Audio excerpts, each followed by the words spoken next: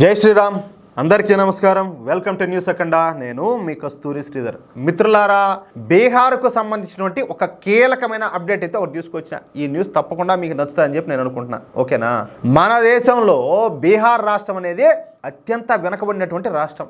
మన దేశంలో గూండారాజు ఎక్కువగా నడిచేది కూడా ఈ బీహార్ రాష్ట్రంలోనే. మీకు తెలియదు ఏమన్నా? అదే దీని మీద చాలా సినిమాల్లో కూడా వచ్చాయి. ఓయమ్మ వాళ్ళు బీహార్ నుంచి వచ్చినారంట, అదిగి ఇదిగినని చెప్పేసి. అంటే దాన్ని బట్టి మీరు అర్థం చేసుకోవచ్చు. ఎప్పుడు చూసా కూడా ఈ కిడ్నాప్లు, హత్యలు, మానభంగాలు తరచుగా జరుగుతూనే ఉంటాయి. ఈ మధ్యన కొంచెం క్రైమ్ తగ్గినప్పటికీ ఈ దారుణాలు ఇప్పటికి కూడా జరుగుతూనే ఉన్నాయంట. ఇక కాస్త డబ్బున్న వాళ్ళు కనపడితే చాలు, వెంటనే వాళ్ళని కిడ్నాప్లు చేసేసి డబ్బులు డిమాండ్ చేస్తారు. ఇక మానభంగాల గురించి అయితే ఇంకా చెప్పాల్సిన అవసరమే లే. సరే, బీహార్ ఈ విధంగా మారడానికి కారణం ఎవరో తెలిసిన? లాలూ ప్రసాద్ యాదవ్. సామాజిక న్యాయం పేరుతో బీహార్లో అధికారంలోకి వచ్చినటువంటి లాలూ ప్రసాద్ యాదవ్ బీహార్ను వల్లకాడుగా మార్చేసినాడు. బీహార్లో పూర్తిగా ఈ గూండారాజ పాలన నడిచేటట్టు బీహార్ని అయితే పరిపాలించాడు. బీహార్లో ఉన్నటువంటి వ్యవస్థలన్నింటినీ కూడా నాశనం చేసి పారేశాడు. ముఖ్యంగా పోలీస్ వ్యవస్థను అయితే నిర్వీర్యం చేసినాడు. మీరు చూసారో లేదో, మీరు ఖచ్చితంగా మీరు చూసే ఉంటారు. ప్రతి ఒక్కరికి, ఏది సామాన్యులు కూడా అందరికీ ఆయుధాలు. ఎవడి పాటికి వాడు ఇంకా గన్ క్యారీ చేసేవాడే. ఎవరి దగ్గర పట్టుకునే గన్నే ఇంకెట్టుంటుంది? వాడు చేయి ఊరికే ఉంటుందా? ఇంక క్రైమ్ పెరుగుతుంది అంటే ఎందుకు పెరగదు చెప్పండి మీరు?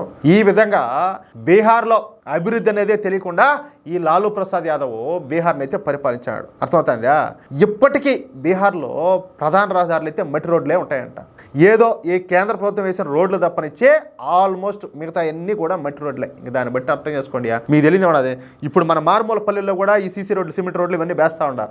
అలాంటిది ప్రధాన రహదారులు మట్టి రోడ్లు ఉన్నాయంటే వాళ్ళు ఏం బిగినట్టు? ఇన్ని సంవత్సరాల స్వాతంత్ర భారతదేశంలో వాళ్ళు ఏం చేసినట్టు మీరు ఒకసారి ఆలోచించండి. ఇక బీహార్లో పెట్టుబడులు పెట్టడం అంటే అదొక జోకు. ఇక్కడ కేంద్ర ప్రభుత్వం ఏర్పాటు చేసే సంస్థలు తప్ప ప్రైవేట్ సంస్థలు బీహార్లో పెట్టుబడులు పెట్టవు. సరే, ఇక నితీష్ కుమార్ వచ్చిన తర్వాత బీహార్ రాష్ట్రం కొంతమేర అంటే గుడ్డి కంటే మెల్లమెల్ల అన్నట్టు కొంతమేర బాగుపడినప్పటికీ అది ఎంత మాత్రం కూడా సరిపోదు. ఈ నితీష్ కుమార్ కూడా తక్కువైనడేం కాదు. తన పదవి కోసం ఎంతకైనా దిగజాడడానికి సిద్ధంగా ఉంటాడు. ఇప్పటికే 4 సార్లు గోడ మీద పిల్లి మాదిరిగా ఈ వాళ్ళ నుంచి ఆ వాళ్ళకో, ఆ వాళ్ళ నుంచి ఈ వాళ్ళకో దుగ్గినాడు. ఏది? ఇటు ఎన్డీఏ నుంచి ఇటు ఇండి కూటమి నుంచి ఎన్డీఏ కూటమికి. అవునా కాదా? సరే, ఇక ఈ సంవత్సరంలో అంటే బహుశా ఇప్పుడు అక్టోబర్ నెలలో ఈ బీహార్ అసెంబ్లీ ఎన్నికలు అయితే రానున్నాయి. మహారాష్ట్రలో లాగా ఈ బీహార్లో కూడా అత్యధిక స్థానాల్లో కైవసం చేసుకొని ఈసారి బీహార్లో ముఖ్యమంత్రిగా బీజేపీకి సంబంధించినటువంటి క్యాండిడేట్ కూర్చోబెట్టాలని చెప్పేసి బీజేపీ అధిష్టానం అయితే భావిస్తుంది. మీరు అనుకుంటారు, అయినా ఎట్లా మాదిరిగా నితీష్ కుమార్ ఆడొప్పుకుంటాడు, అందులోనూ ఇప్పుడు వాళ్ళతో కలుపుకునే కదా ఇప్పుడు కేంద్రంలో మనం అధికారంలో ఉండేదని మీరు అనుకోవచ్చు. మనం అడగలేని విద్యలా ఏముండదు, ఈయనకు ఏమన్నా సెంటర్లో ఒక మంచి క్యాబినెట్ పోస్ట్ ఇస్తారు. అవునా కాదా? అట్లా ఏదో వాళ్ళ ప్లానింగ్స్ వాళ్ళకు ఉంటాయి. అందుకే బీహార్లో మొత్తం 243 స్థానాలు ఉంటే వాటిలో 225 స్థానాల్లో గెలుపొందాలని చెప్పేసి బీజేపీ అధిష్టానం టార్గెట్గా పెట్టుకునింది. ఇక్కడ మరోసారి చెప్తున్నా, జాగ్రత్తగానండి. బీహార్లో మొత్తం ఎన్ని స్థానాలు ఉన్నాయి? 243.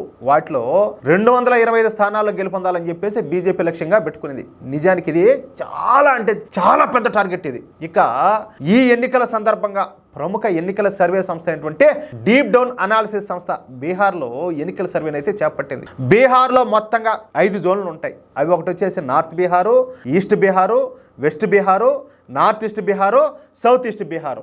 ఈ 5 జోన్లలో ఈ డీప్ డౌన్ అనాలిసిస్ సంస్థ ఈ నార్త్ బీహార్ జోన్లో ఎన్నికల సర్వేని అయితే నిర్వహించింది. ఈ నార్త్ బీహార్ను తిరహట డివిజన్ అని కూడా అంటారనమాట. ఈ సర్వేలో కొన్ని ఆశ్చర్యపరిచే అంశాలు వెలుగులోకి వచ్చినాయి. అవి ఏందయ్యా అంటే, ఎక్కువ మంది బీహారీలు ఈసారి ఎలాగైనా సరే బీజేపీకే ఓటేయాలని చెప్పేసి భావిస్తున్నారంట. మొన్నటి పార్లమెంట్ ఎన్నికల్లో తప్పు చేసినామని ఈసారి తప్పు చేయకూడదని చెప్పేసి అందుకే బీజేపీ ఓటేయాలని వీళ్ళందరూ కూడా నిర్ణయం తీసుకున్నారంట. ఇక నార్త్ బీహార్లో మొత్తంగా 72 అసెంబ్లీ స్థానాలు ఉన్నాయి. ఇప్పటికిప్పుడు బీహార్లో ఎన్నికలు జరిగితే ఈ నార్త్ బీహార్లో ఉన్నటువంటి 72 అసెంబ్లీ నియోజకవర్గాల్లో 47 నియోజకవర్గాల్లో బీజేపీ కూటమి ఖచ్చితంగా విజయడంకా మోగించున్నది. ఇక కాంగ్రెస్, ఆర్జేడీ, అదేవిధంగా కమ్యూనిస్టు పార్టీల కూటమి అటువంటి ఈ ఇండి కూటమి కేవలం 23 స్థానాలతో మాత్రమే సరిపెట్టుకొని ఉన్నదంట. ఇక మిగిలినటువంటి 2 సీట్లను వీళ్ళు ఉంటారు కదా, ఇండిపెండెంట్లో వాళ్ళు గెలిచొచ్చు అనమాట. అంటే బీహార్లో, ముఖ్యంగా నార్త్ బీహార్లో Bharatiya Janata పార్టీకు clear cut majority అయితే కనపడుతుంది. అది ఇంకా టైం చాలా ఉండదు కదా, రాజకీయాలు కూడా చాలా మారుతాయి, మనోళ్ళు బాగా పదును పెడతారు. మనం ఏంటంటే నాకు తెలిసి ఈ పార్లమెంట్ ఎలక్షన్ తర్వాత బీజేపీ అయితే మామూలు దూకుడుగా లేదు. ఎందుకంటే కొన్ని సీట్లు తగ్గానే వీళ్ళకి ఏది అంటే భారతీయ జనతా పార్టీ సొంతంగా ప్రభుత్వాన్ని ఏర్పాటు చేయలే కదా. ఈ ఎన్డీఏ పార్టీలో ఎవరు ఈ టీడీపీ కావచ్చు, లేకపోతే ఈ నితీష్ కుమార్ సాయంతో కేంద్రంలో అయితే అధికారంలోకి వచ్చింది. ముచ్చటగా 3వ సారి ప్రధానిగా మళ్ళీ నరేంద్ర మోడీ గారు బాధ్యతలు అయితే చేపట్టినారు. కాబట్టి ఇంక అయిపోయింది బీజేపీ పని అని చెప్పేసి ఇండి కూటమి పార్టీలన్నీ కూడా తెగ రెచ్చిపోయినాయి అట్టే. కానీ దెబ్బతిన్నే సింహం మాదిరా కొడతా ఉంటే ఒక దెబ్బ పంజాతో పుంగి బయలుపోతుంది ఒక్కొక్కడికి. మొత్తం అన్ని విజయాలే, ఏడ వెనక తిరిగి చూడడంలే. తమాషానైనా తమాషా వేసినా కూడా ఏంది కాసింత మెజార్టీ తగ్గి వాళ్ళకు కొన్ని సీట్లు పెరిగే తలికేనే 543కు కేవలం 99 సీట్లు వచ్చితేనే పార్లమెంటు సాక్షిగా హిందువులను దూషించినాడు. ఎవరా ఆయన? యువనేత. సరేలే మిత్రులారా, ఈ న్యూస్ కనుక మీకు నచ్చినట్టయితే ఖచ్చితంగా ఈ న్యూస్ నలుగురికి షేర్ చేయండి. అదేవిధంగా ప్రతి ఒక్కరు కూడా మీ యొక్క అమూల్యమైన అభిప్రాయాలను ఖచ్చితంగా కామెంట్ చేయండి. ఇంతవరకు మన ఛానల్ సబ్స్క్రైబ్ చేసుకోకపోతే సబ్స్క్రైబ్ చేసుకోండి. ప్లీజ్ సపోర్ట్ చేయండి. జై శ్రీరామ్.